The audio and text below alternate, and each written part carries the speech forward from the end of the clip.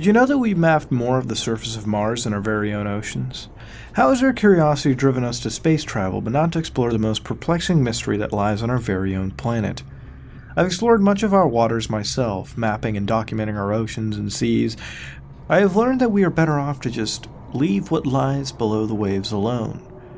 I grew up by the ocean, and in my youth, I loved to explore the tide pools and sea caves that dotted the east coast. I've loved to see the life interacting with each other, crabs scuttling away when a big swish swam by, or an octopus camouflaging itself undetectable until its prey made their final mistake, of getting just too close. The sea was always just so interesting to me. So when I turned 13, my father bought me a cheap scuba set off the internet.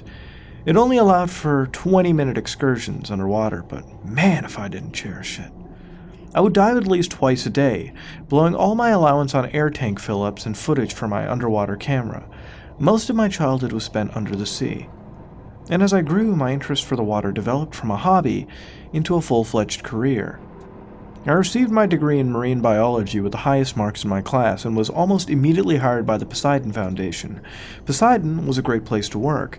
I got to travel the globe, documenting new species and reclassifying the old ones. Here, I met people who shared my passion for the waters on Earth and discovering what actually dwells within them.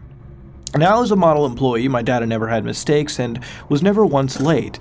I quickly rose through the ranks until I was the right-hand man of the CEO, Barry Henderson. He was an amazing man with love for the oceans that even surpassed my own. The man had a twinkle, a spark of curiosity that all great explorers possessed. And he wasn't my boss, but my friend. Barry's life goal was to chart the bottom of the Mariana's Trench, the deepest pit in the world. Every time we were together, it was the same old story. "What do you think said the bottom?" he would ask me. Something new, I'd always retort. And one day, me and you, we're going to go down there.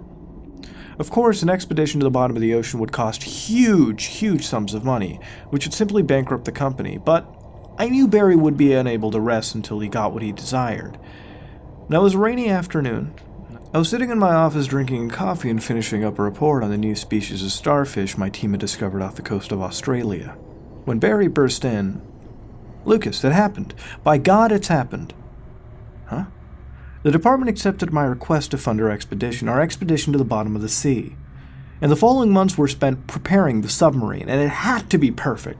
That far underwater would put tons of water pressure on every square inch of this hull. And I could hardly contain my excitement for what actually laid ahead, what kind of diverse life we could find that existed that far below the waves. Only one expedition had ever been made before ours, and it lasted less than 20 minutes. Our submarine was designed to be submerged for over 20 hours. Barry and I would be true modern-day pioneers. The Triton finished construction in less than 2 months, and by God, the thing was a tank. 40-inch thick walls left more interior space than to be desired, but it was plenty of room to house just the two of us. The best flashlight money could buy was mounted on the bottom, illuminating whatever lied in front in dazzling white light. 2 robotic arms were attached to either side, giving us the ability to grab whatever was lying there to meet us and document it. We submerged on the 12th of July. The excitement that boiled inside me as we sank to the ocean completely pushed aside the nervousness that accompanied anyone facing the unknown. And I could barely sit still as we sank further and further into the murky depths. "We'll reach the bottom in less than 10 minutes, Barry exclaimed. "You have not experienced true darkness until you have been to the bottom of the ocean. Any traces of sunlight dies miles above us, leaving me and my partner in the utter blackness that is the deep sea. Even our fluorescent light had dimmed down to nothing but an orange glow. We could see less than 20 feet in front of us, but that didn't stop Barry or I from getting straight to work. In less than 45 minutes, we discovered over 32 species of deep-sea fish, 3 types of crustaceans, and over 2 types of octopi. It was marvelous. Never in my life had I had so much fun. The biology in the trench was so diverse and unique, I had never even seen anything like it before. Barry and I were discussing our first-hour findings when we felt a jolt to the right side of the ship. It knocked us back several feet and sent me out of my chair and onto the floor. "Who's that? Are you okay?" Barry had screamed. Of course, no one had heard him. Along with the petrifying darkness came soundlessness. The world below was mute, and it held this very disturbing vibe. "I'm fine," I said, pulling myself back to the chair. Barry didn't answer. This thick, long maroon tentacle did. slapping the front glass with a gut-wrenching, meaty sound. What in the actual hell, Barry had cried out. The tentacle, which must have been about 25 feet, wrapped in front of our machine like a fish caught by a squid. I was dumbfounded. Was it a giant squid? No. They don't live that deep underwater, and it wasn't possible. It had to be something new. I sprang into action and took control of both the robotic arms. I gripped the tentacle firmly as the machine could, and ripped it off furiously. Whatever it was attached to quickly scurried away. Barry had started muttering something but didn't finish. We both knew that we had just discovered something, and we had discovered something big. I decided to follow it, and the submarine turned into the direction the thing went. We followed a trail of half-eaten fish and overturned stones, something we had both not had expected to see that deep. A spear. It was made from some kind of metal, and it looked almost new. "This is freaky," Barry had stated. We followed the trail further, neither of us wanting to give up on what could have been the biggest discovery of the decade. But then it happened again. Harder. The familiar jolt and thudding sound this time knocking us both out of our chairs. Jesus! Then it had come again. Another thud. And from the opposite side of our cramped ship, then another, and then another, and another. And it happened like rapid-fire, hit after hit. I felt like I was stuck in an intense game of Pong. And then we saw it, an unintelligible mass moving slowly towards us in the thick blanket of darkness, edging closer and closer every minute. It was not a squid coming towards us, nor was it an octopus. It was a monster. It had the face of a human, if humans had lived to the bottom of the ocean. Huge, glazed, solid black eyes dominated the monster's menacing face. Gills pocketed its neck, appearing to be slashes made by a knife. Elongated arms that extended from the bony sides of the creature's ended in pale, webbed hands, with inches-long claws jutting out from its grotesque fingers. It had fins, too, where its hair should have been, and on its forearms? The most disturbing part of the monster was below the torso, where its legs should have been, was instead of massive thick tentacles that wriggled and squirmed around like worms in a bucket. It clutched its spear firmly as it opened its mouth, revealing several rows of needle-like teeth. Nothing escaped its mouth except a deafening screech that could be nothing but a war call. Instantly, the thudding began again, but this time faster and much more furiously. The creature that we did see whipped its spear at our windshield, rattling it uneasily, giving the impression that while strong, it was not impervious to damage. "We have to get the hell out of here," I heard Barry shout. Once again, grabbing the joysticks that control the arms of our vessel, I swatted crazily at the pack of devils that surrounded us, but it was hopeless. One of them grabbed the left arm with its jagged teeth and ripped it off like it was chicken on a bone. These creatures were strong, intelligent, and worst, out for blood. Another ripped the arm off. As the spear ricocheted off the glass again, we were in trouble. We were at their mercy as they learned and teamed up on us like a pack of wolves. "Pull her up," Barry had cried. I jumped into gear. As much as I loved the sea, I refused to die down there in this metallic coffin. I shifted our propellers downwards and shot our submarine up as fast as the damn thing could go. The Myrmidons gave chase. They didn't want us to leave. I counted 13 more spear hits before we were out of the trench and desperately radioing in for extraction. We waited at the surface of the water in the Triton for less than 5 minutes before the helicopter came. I guess I heard desperation in our voices. It hovered over our heads and released a rope ladder for us to climb to our escape, away from that watery hell. I hopped on first and began my ascent up. Barry began to climb after me when suddenly an all too familiar tentacle burst out from the surface, wrapping itself around his leg firmly.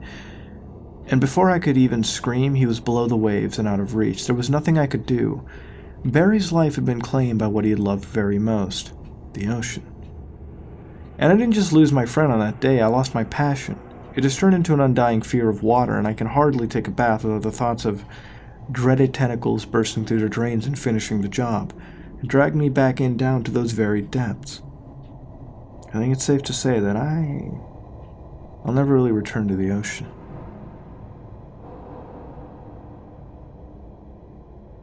And that, ladies and gentlemen, was a real-life story, well, real fiction, I guess you could say, on the Mariana's Trench. For those of you who don't know, it is the deepest trench in the world. This is where the deepest part of the world's oceans can go to. It's basically south of Japan and north of Papua New Guinea. And basically this, again, while it is the deepest part, there have been expeditions that have been planned into the area. Well, planned, and then there were some descents into the area, some actual descents, but at the end of the day, like most of our world's oceans, it does remain very unknown. It's a big unknown at the end of the day. We do really know more about outer space, I guess you could say, than we do know our own oceans. Now, of course, you might understand that the more and more we look into it every year, more and more new species come out of there, and that's all good and well, and as time goes on, we're going to be exploring more and more as technology gets better, sonar technology, all that kind of stuff, to really map out the stuff better than we could before, especially when it comes to going deep down, because you have to remember, like the story dictates, going deep down into the ocean floors can really almost take all the senses out of you, both audio and, auditory, visual, sensory perception goes out the fucking window when you go down that deep. And frankly, as time gets on, time gets better, and new technologies get discovered, the Marianas Trench will become less of a mysterious location than what it currently is. And it's not just the Marianas Trench, there's many other locations all over the world where we have deep pockets of water, the deep ocean as you could call it, that hasn't really been discovered. And what interests me most about these stories is, like outer space, it also gives you a little sense that there is a bit of the outer space phenomenon there as well, because when you have so many unknowns, your mind starts filling in the gap of what could be there. Now, of course, a lot of this stuff reminds me of a lot of the Cthulhu mythos, where you have the old gods and whatnot, and I love whenever that mythos gets brought up, and whether it be like in movies or video games. More recently, Bloodborne, for example, where the stuff gets mentioned, and you get into this old world mythology where you get to really cover parts of the world that, again, we have never really even seen to this day by our own eyes, which is crazy to think, because we do have the ability to get there better than we have the ability to get, say, to Mars or something right now at the current point in time, but we just haven't done it. And because of that alien feeling down there, who really knows what the heck is actually there? Because every day, whenever we dig deeper into the oceans, or we dig deeper into parts of the world that we've never really seen, because there do exist parts of the world that we just really haven't seen yet, and we discover newer and newer species, sometimes species that completely blow our minds with how unique and different they really are. Who's to say we won't really find some creepy, monstrous being down in the seas that, frankly, would attack us with similar intellect like this? At the end of the day, we've got giant squids, we've got giant everything out in oceans. Who's to say this kind of stuff doesn't really exist, right? Of course, you'd be taking a pretty big leap at that point, and you'd kind of have to throw logic a little bit out the window, but at the end of the day, it's better to just believe a little bit than to completely be a sour sport and not really believe in anything at all like that, right? I mean, it's always fun to give up a little bit of the realm of reality, which is why creepypastas are great in the first place, because you sort of are obligated to give up a little bit of that for these to be as interesting as they are at the end of the day. But, as always, there's not really much to say, like the oceans, The story is interesting, the story is decent, told really well, it's got a sad ending, I guess you could say. Barry, it unfortunately went away, and frankly, in memory of Barry, we just have to keep digging away at what's really down there, right? So, I guess at the end, instead of asking you what would you change to make it better, what would you rate, I would ask you, what do you think is all the way down in the oceans below? This has been another episode of Creepypastas, part of Haunted Gaming. If you like what you saw, please like, comment, and subscribe. Dislike if you dislike it. This is me, Mudahar, and I am out.